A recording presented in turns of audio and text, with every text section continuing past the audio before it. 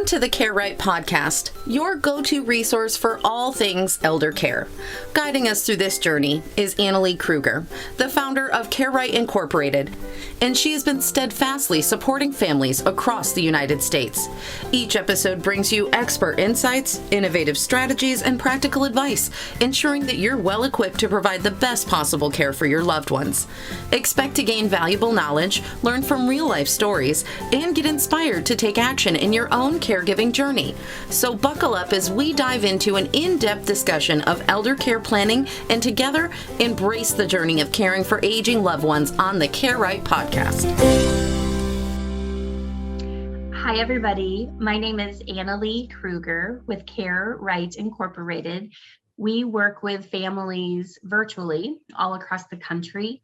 Our clients are usually families with aging loved ones who are taking care of their elderly parents and realizing that maybe mom and dad aren't doing as well as they hoped, or they are already in a crisis and wondering what are our care options and how is our family dynamics going to be impacted along this aging journey. One would hope that the aging process brings families together, but I am here to tell you as a 30-year family consultant, it often does not bring families together. So that's what we do is we facilitate the family meetings, find out what's working well, what's not working well, what are the goals? Is the goal to stay at home? What's the plan if staying at home is no longer safe, affordable, feasible? Where does it make sense for mom and dad to live? And is there a relocation that might need to be considered if your parents don't live near where you live and you can't constantly keep driving or flying back and forth to check on them every time that there's a medical crisis? So that's what Care Right does. We've been nationwide since 2012. It seemingly has taken a pandemic to wake families up and say, oh my gosh, what are we going to do with mom and dad? We can't travel to check in on them, and they weren't doing great on their own at home before, and now who knows how really well they're doing. And so sometimes now with families that can travel now, they're checking in on their parents and they're pretty blindsided by how poorly their parents are doing with weight loss, not being able to manage their mail, food that's expired, like way expired in the refrigerator, falls, they're not drinking enough water, they're getting dehydrated and hospitalized for urinary tract infections and stuff like that. So just a whole host of not things that are going great. So that's usually who calls us, the burned out caregiver or the concerned family member who has seen all of this kind of unfolding and says, hey, we need to figure out our plan here and start these planning processes and conversations sooner rather than later. So today, I am really excited because we have a fantastic guest that absolutely every single person, business, and professional and family member needs to know about. So we have Elisa Bosley. I know you're like, on our podcast today, and I'm going to read her bio. It's really, really impressive. So listen up. She is the founder of spiritualeldercare.com, a free resource of original worship service agendas, Bible discussion guides, sing-along classic hymns, and more, all designed to meet the spiritual needs of older adults, especially those living with Alzheimer's and other dementias. She is a licensed non-denominational Christian chaplain with more than 35 years of ministry experience in both church and parachurch settings. Prior to COVID-19 lockdowns, she provided spiritual care for 3 senior residents in Boulder County, Colorado. When COVID hit, she pivoted to video. Today, the Spiritual Elder Care YouTube channel has more than 1,600 subscribers worldwide, and she's logged nearly more than 61,000 views in the last month. Her deep desire is to make it easy for anyone to provide this much needed care to elders with dementia. So welcome. Thank you, Annalee. Thank you so much. You're welcome. So tell me what is spiritual care? Well, that's a great first question. Spiritual care, especially for older adults, the first thing I like to explain is that there's a distinction between spiritual care and religious care. So people often think, oh, religious care, I'm not religious or whatever. Religious care is a specific faith tradition and how a person expresses that throughout the course of their life. Spiritual care is part of every single human being. It's needed by every single human being because it gets at things like joy and purpose and hope and comfort and assurance. So that's how I would describe spiritual care and why I think it's so important for everyone who's on this planet and is alive and breathing. I agree. I agree. Why does spiritual care matter to older adults? Well, in my experience, Annalie, the thing that often gets dropped with care in general. I mean, we've had so much discussion over the last number of years, excellent discussion about person-centered care. That's an enormous improvement, right? Yeah. We're not just taking care of their bodies, we're trying to be give them social and emotional support. But the spiritual care, surprisingly, often gets dropped. And I think that's because some people may not feel comfortable or say, well, I'm not a licensed anything or, professional spiritual or religious person. So and because we kind of forget that those needs of meaning and joy are still so important. So oh, I lost my train of thought. Sorry. That's okay. That spiritual care is just really important for our elderly people, and that it often gets dropped. Thank you. In the plan of care. Yes, and those activities that are tied to those long-term memories, those rituals, those procedural, what they're called procedural activities. Bingo's great, trivia games are great, but research even shows that religious rituals and activities in particular yield an enormous benefit for someone's well-being deep in their soul. It actually correlates to better, not just emotional health, but physical health and well-being in older adults. I mean, think about that. The current generation of older adults so often going to church or going to whatever their faith tradition was an absolutely integral part of their week. It's Sunday, you go to church or whatever it is that you go to. And suddenly it's taken away. They're no longer able to participate in that vibrant community and place of purpose that they had their whole lives. And yet still so many of those memories are hardwired into their, again, the long-term memory, which is what we're constantly trying to access and engage with, especially with people with dementia. Yeah, I started my career when I was in college, getting my social work degree. I actually worked in nursing homes as an activity assistant, and I absolutely loved it. In fact, I almost didn't keep going to college because I love doing activities so much, because it just, to create those moments of joy and help these frail, elderly, vulnerable adults have fun in their day and feel at peace for that period of time, at least that you're working with them. And they can do bingo, they can do craft class with some hand over hand assistance or guidance. But it's so cool to be able, because I played the piano as well. So I used to play for church, so in Sunday school. So I would play all these hymns, and these people, these dementia patients that they couldn't string 3 or 4 words together because of the severity of the dementia progression that they were in that stage.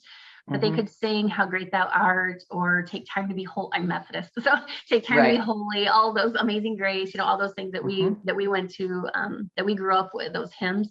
And then I would do like Bible study, scripture reading, and like fill in the blank. And that long-term memory for our seniors and our persons with dementia, that's in there, and it's our job to like get it out so that's part of their who they are. And that's exactly right.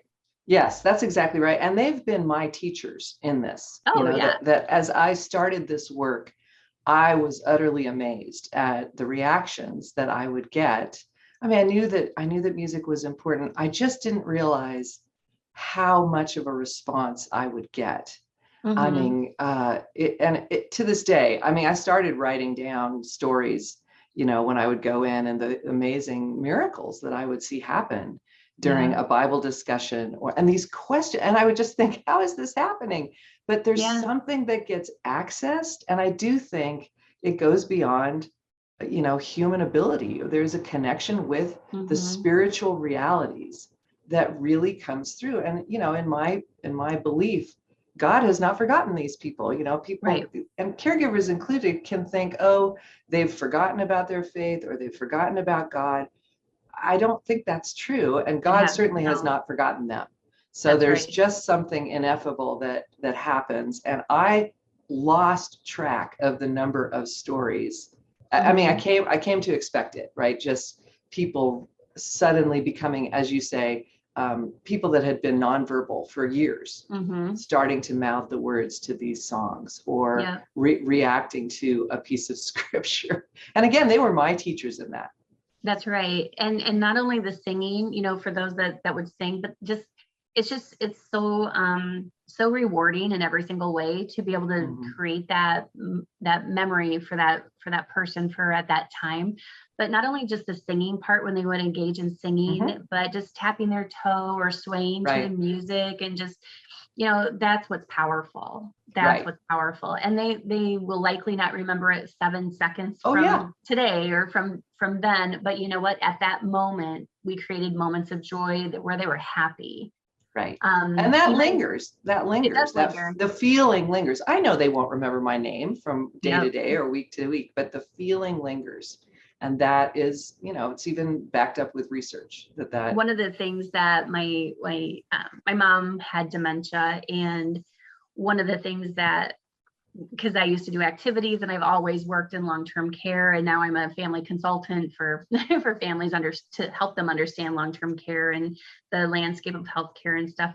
But so we've always kept my mom busy with diversional activities, little Mhm. puzzles, sewing tiles, little things that she could do on her own, and books that she could read, and Bible study or Bible story books. They have really good Bible story books. And so we got those, and she would just read those and read those. And then my sister made her these little, they're kind of like on little, what we used to call recipe cards. I forget what they're Mhm. called nowadays, but Index cards. Yeah. there you go, that. We used to call them recipe cards, which is funny that I even would say that because I don't cook at all. But I used to call it. My grandparents lived with us and they cooked. So my sister made all these like little easy scriptures, and like Jesus loves you, and Mhm. we love you. And she made this whole little like booklet for mom, and mom would just spend hours reading it out loud. And Mm. she's like, oh, I love you too, honey. So it was like an interactive kind of thing for her as Yes. well. And it gave her so much joy. And that's, Mhm. as adult kids and as a professional, we tend to Mhm. want three things for the people that we work with or the people that we love. We want them to be happy. We want them to have the best quality of life that they Mhm. can. And we want them to have the best quality of care that they can get. Those are the Absolutely. three things in my 30 years experience that that's what it boils down to. That's Yeah. what we want for our loved ones or those that we work with. And spiritual care hits all three of those. Yes.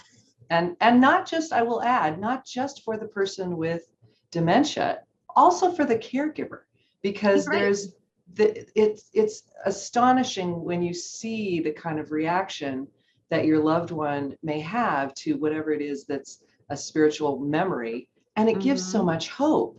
One of the things I'm constantly trying to preach is your loved one is not gone. They're Right. still in there, and they still have purpose and meaning. And the scripture teaches us that though our outer body is wasting away, our inner body or our outer self is wasting away, our inner self is being renewed day by day. Hmm. Their soul is still in there. Their soul is as young as the day they were born, and Yeah. is still alive and vibrant. And that gives a ton of hope. And again, purpose and meaning to the person caring for their loved one, especially with dementia. And I think it's important to also talk briefly too about the dying process. So when I'm with clients as they're passing, I've been at this for 30 years. So I've had many people that I've literally been sitting there holding their hand as they took their last breath. But again, all that stuff I learned as an activity assistant and obviously incorporated as a social worker, that spiritual health is so important, and that can help reduce pain. It can help reduce anxiety, and playing music. Nowadays we have Pandora. We didn't have all that stuff back then. We didn't have the internet back then. Right. So we had like the little tape recorders that we had to Right. flip the tape over, right? And be like, hey, tape go back recorders. to Ethel's room in 15 minutes because I got to flip the tape, but nowadays we have Pandora. And so, and the thing I want to just bring up, because I'm sure you see this too, is maybe mom and dad, or mom or dad were really spiritual or religious, however you want to, they have a deep faith, but maybe the kids don't. And so they, and it's no fault of anyone's. It's like, well, if it's not important to the kids, and they're like, well, why would we need to play that kind of music or address those needs with mom? I'm like, well, because it's important to her, or it might have been important to her in the past, but what's it going to hurt at this point? Right. Absolutely. Let's still honor who she was, because who she was is still in there. We just need to like tease her out a little bit. And the way to do that is through music, engagement, interaction, and prayer, and all of the things that you offer. Well, that's exactly why I created the website, because I felt like, well, first of all, when I started the work, I was looking for resources online for what I was doing, and essentially didn't find any, or very, very few. Yeah. And because I have I still am a professional writer and editor, I thought, okay, well, what I'm creating for myself, other people may be looking for. And so my goal was, lower the threshold for what people can do and what they can provide, either as an activity director or as a caregiver. Yeah, gosh, I don't remember, what were those prayers, Yeah. So there's common prayers. There's more than 100, downloadable sing-along hymns. There's, devotions and Bibles. So it's meant to be a resource that people can pick and choose from to say, yeah, let me try this. I have a vague memory that my mom liked this, or my dad really used to sing me a snatch of this song or whatever. Yeah. And find whatever it is to use and to try, and not feel like, wow, I have to look this up and I don't know where to look. It's kind of a one-stop shop for providing that very, again, that really hardwired long-term memory, spiritual care, the resources there. So yeah, that's what it's for. You're doing amazing, important work. I can't tell you enough, and maybe it's just because I am deeply faith-based. So this just makes sense to me. So hopefully those that are listening or watching the podcast also are like, wow, this is so cool that there's like already one central resource that all we have to do is log in and pull down or download whatever it is that we want, and get started right away. And that, because one of the things, and then we'll close, but one of the things that I know that families who have a loved one with dementia, with memory impairment and dementia, they don't always know how to have meaningful visits anymore, because you can't really talk about, well, this is what's going on, or, mom, do you remember when and I'm like, oh my gosh, don't quiz her, don't, and so I know that with my aging planning and family consulting, I educate families about dementia, because a lot of them they don't do a lot of research. They get this big bomb of, oh, your loved one has dementia, and then it's kind of like, good luck with you from the healthcare industry, right? There's no one there to hold their hand, and that's what I do, because that's what families need. They need that hand holding and just guidance along the way, because that journey is very, very long. Right. And it's, believe me, as someone who watches this every day with the clients I work with, but also my own mother, it's gut-wrenching and heartbreaking to watch the person that you love and care about failing literally by the week.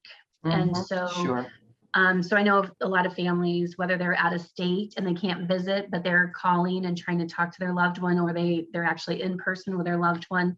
They're like, I don't know what to talk about with mom, because our conversation is just not how it used to be. And we can't have, we just can't talk about stuff because sometimes she doesn't know who I am, or she doesn't know who her grandkids are.